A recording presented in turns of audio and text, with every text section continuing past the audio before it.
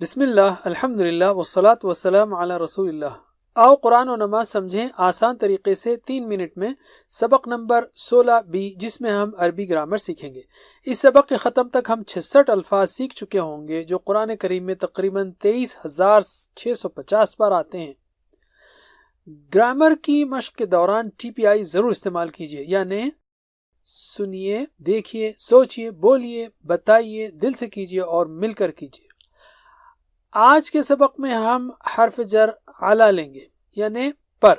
یہ قرآن میں ہی، ہم، کا، ای، کم، نا اور ہا کے ساتھ مل کر تقریباً 1400 بار آیا ہے۔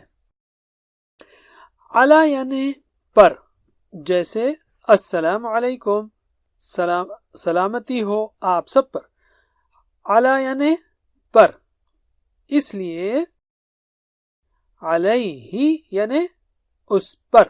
ترجمہ کیجئے، علیہ اس پر، علیہم ان سب پر، علیکا آپ پر، علیہ مجھ پر، علیکم آپ سب پر، علینا ہم سب پر۔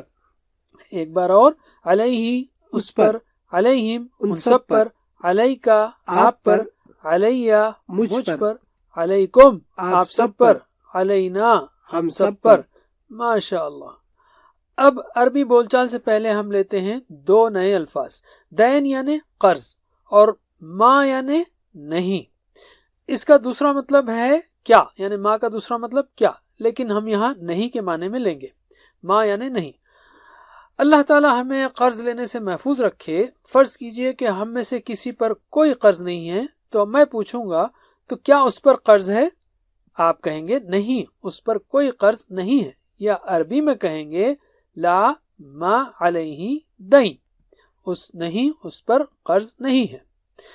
مشق کے لیے ہم اسے آسان بنا کر کہیں گے ما علیہ دین۔ کیا آپ عربی میں جواب دے سکتے ہیں؟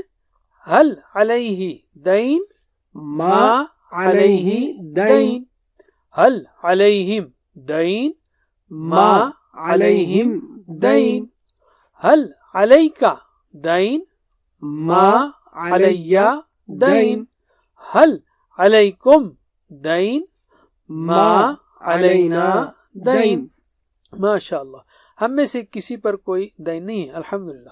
اسی طرح یاد رکھیے ربہ یعنی اس کا رب، جیسے کہ ربہ اس کا رب، ربہ کا مطلب بھی اس کا رب ہے، لیکن آسانی کے لیے عربوں نے اسے ربہ کر دیا۔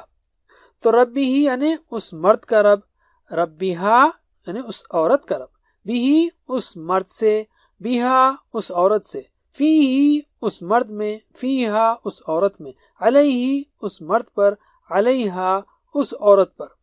تو ہم کہہ سکتے ہیں حل علیہا دین، اور آپ جواب دے سکتے ہیں ما علیہا دین۔ ماشاءاللہ، اتنا ہی کافی ہے۔ جزاکم اللہ خیر۔ اللہ تعالی ہماری مدد کرے قرآن پڑھنے، سمجھنے، غور کرنے، عمل کرنے، اسے پھیلانے میں۔